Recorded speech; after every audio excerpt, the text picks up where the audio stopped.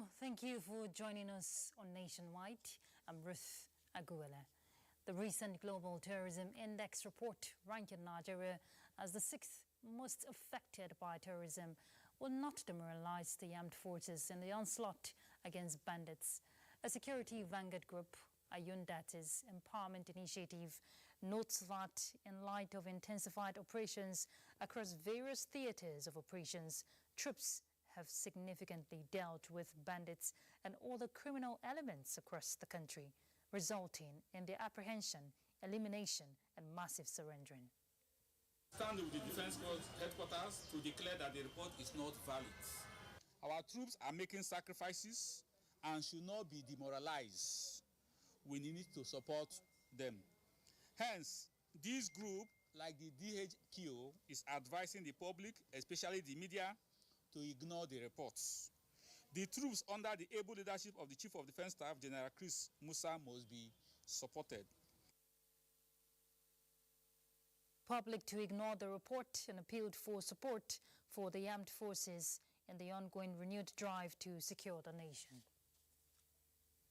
Still on security matters, defending the territorial integrity of Nigeria is an oath taken by officers and men of the Nigerian Army at entry point, and this is a task that must be carried out to the latter. This was part of the address by the Chief of Army Staff, Lieutenant General Olufemi Oluyede, to officers and men of 12th Brigade, Nigerian Army, Lokoja, Kogi State. The visit by the Chief of Army Staff is to interface with low and high-ranking officers of the Nigerian Army, and 12th Brigade Lokoja is one of them. Addressing personnel in Lokoja, the Chief of Army Staff says the philosophy of consolidating the transformation of Nigerian Army towards a well-motivated and combat-ready force that can effectively discharge its constitutional responsibility is a moving train. He says the security challenges before the country entails more commitment, more sense of duty, and courage to carry out the responsibility. Let's make our army better together, but you have to understand the fact that we need to make Nigeria safer, so that all these resources that are being channeled into doing, fighting war, can be channeled to make Nigeria better. If there's no security, there cannot be development. So it's a collective responsibility for us to make Nigeria safer, more secure, so that Nigeria can develop. The Chief of Army Staff later inspected the remodeled 12th Brigade Medical Center, constructed a groundbreaking for the construction of a borehole with 6,000 liters capacity tank, soldiers' accommodation, as well as foundation laying for the construction of 3 blocks of 2-bedroom semi-detached senior non-commissioned officers' quarters.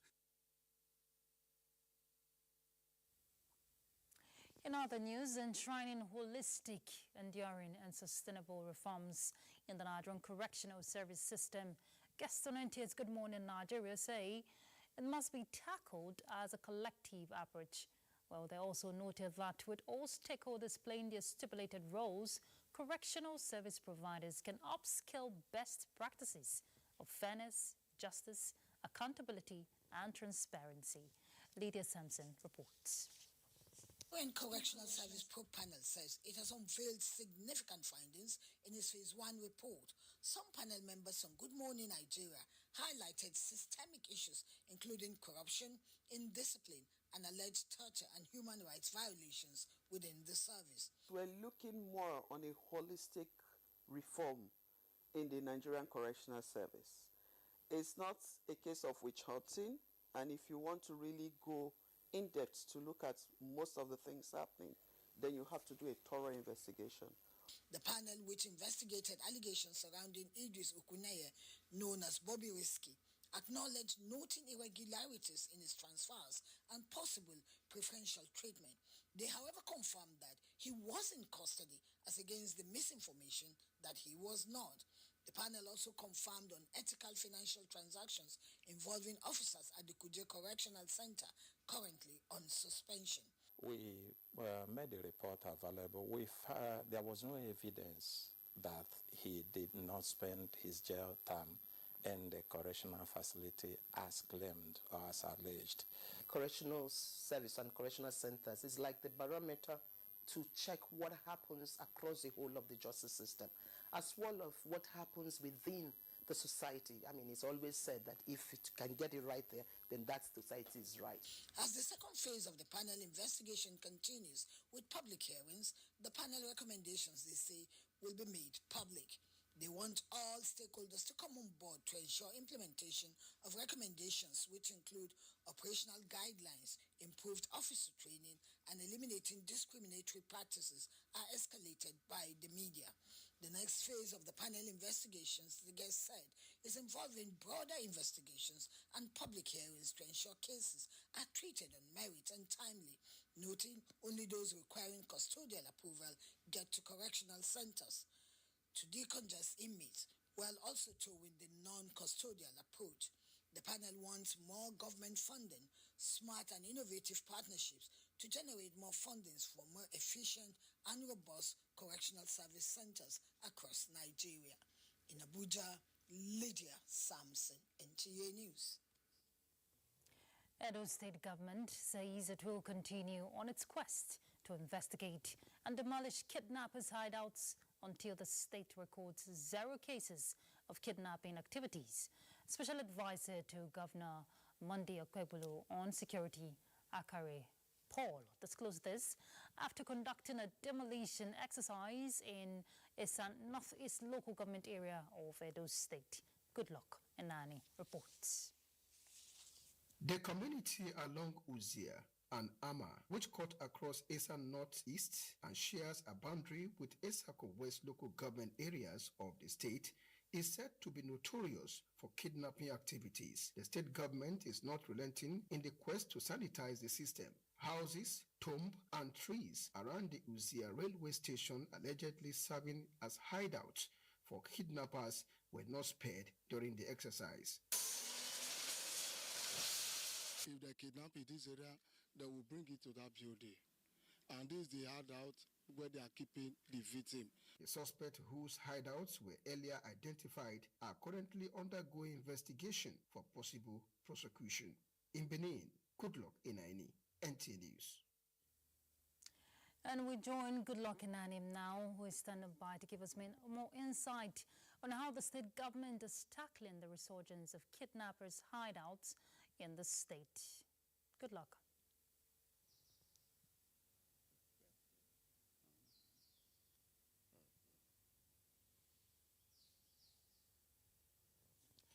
All right, thank you, Ruth, and welcome to Benin. Precisely on February 19 this year, the State Assembly passed the Edo State Kidnapping Prohibition Law 2025, which prescribed death penalty for convicted kidnappers, and the governor equally signed this into law.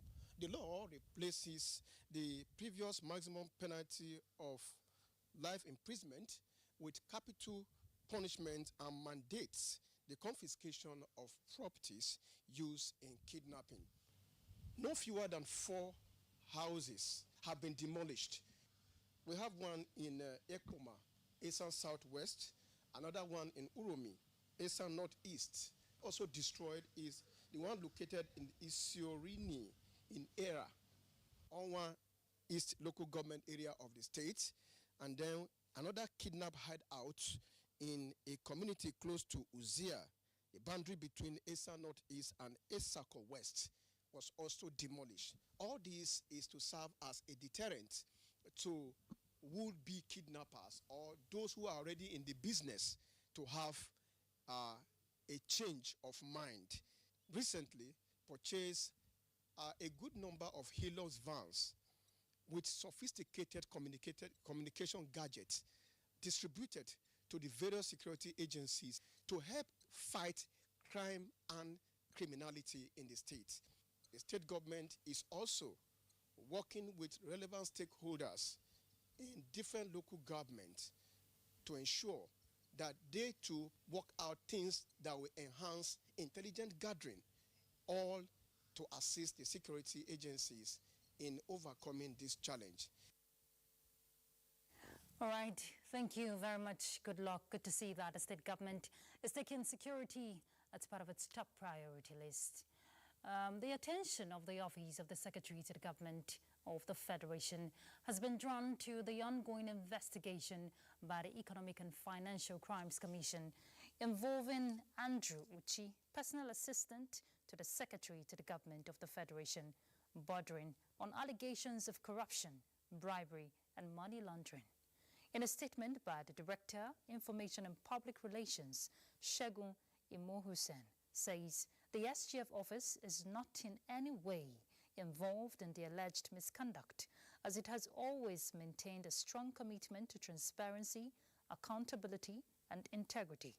Recognizing the efforts of the EFCC on this matter to ensure that those found culpable are held accountable, the SGF office urges the public not to speculate or draw conclusions as investigations are still ongoing.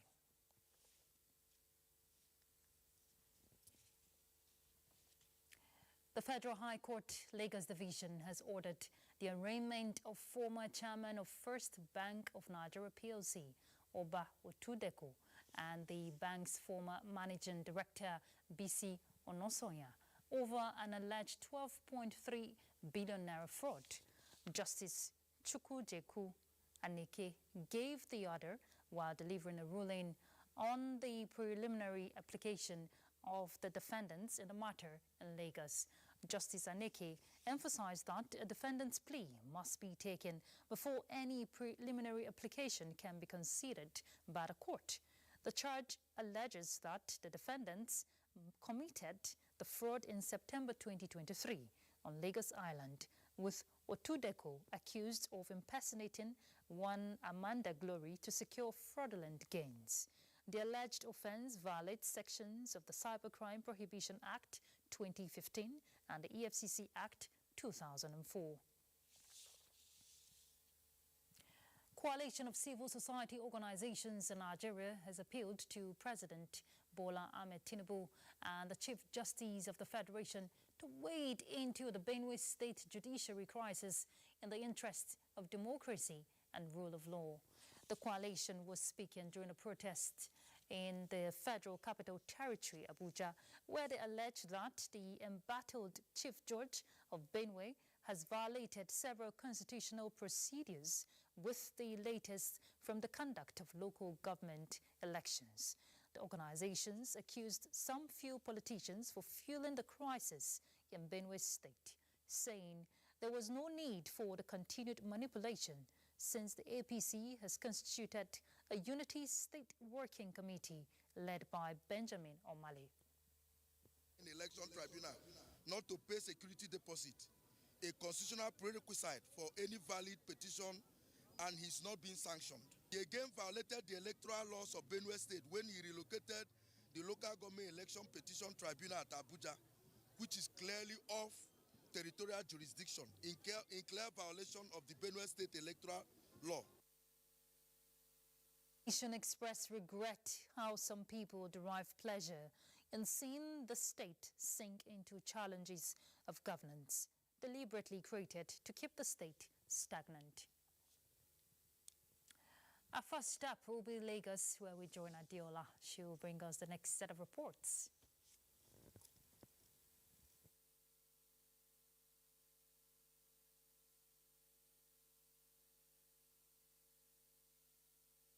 Adiola, she will bring us the next set of reports. Efforts of the Nigeria Customs Area Command in curbing smuggling are yielding results, with 743,628,652 naira 16 kobo generated for the month of February, surpassing its revenue target. This feat, the area controller, Ben Ramalugo, says will be sustained with renewed commitment to ensure there are no leakages and promote trade facilitation. Joel Pokbola has the report. It is the main media briefing of the Customs Area Controller in charge of SEME Command since assumption of duty, and the major achievement is the increase in revenue and improvement compared to the previous months.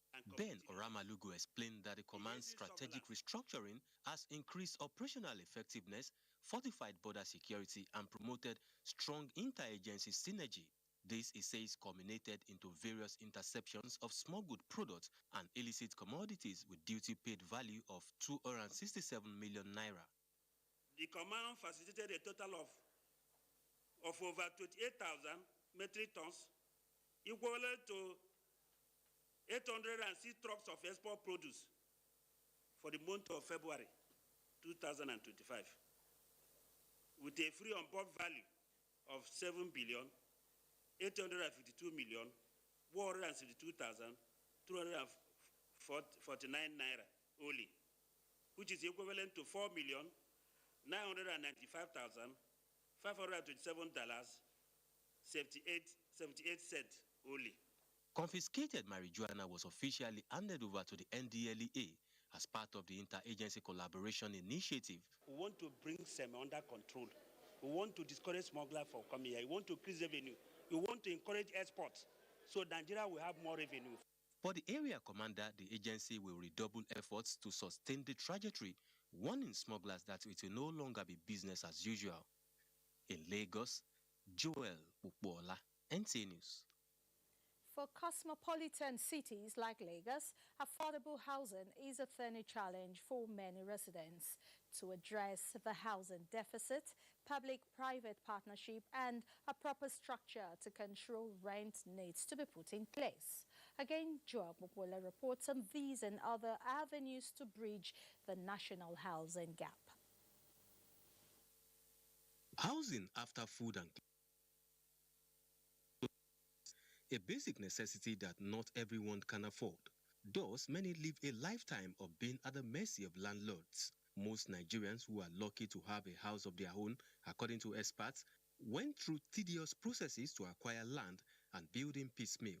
To meet the housing deficit, stakeholders say a public-private partnership is inevitable, but the interest rate, especially in commercial banks, is not business-friendly. Government will need to partner with private investors, and that is private developers.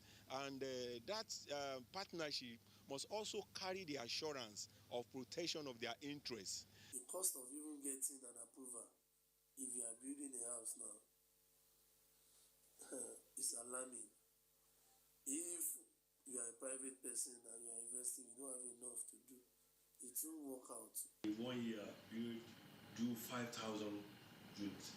5,000 units fully occupied will give you, you are looking at 5,000 times 6 minimum, at 6 persons per home. So you know what I mean. While there are loan facilities provided by the Federal Mortgage Bank with single-digit interest rates, experts say access to these credit facilities should be made easier. For you to secure a loan in Nigeria now, you must have good title of your property. And that means that if you don't have property, you cannot secure loan. With the renewed Hope Housing Scheme ongoing in all the geopolitical zones in the country, it is expected that the housing deficit will be reduced, and experts want state governments to also take a cue from the federal government. In Lagos, Joel Ukbola, NTA News.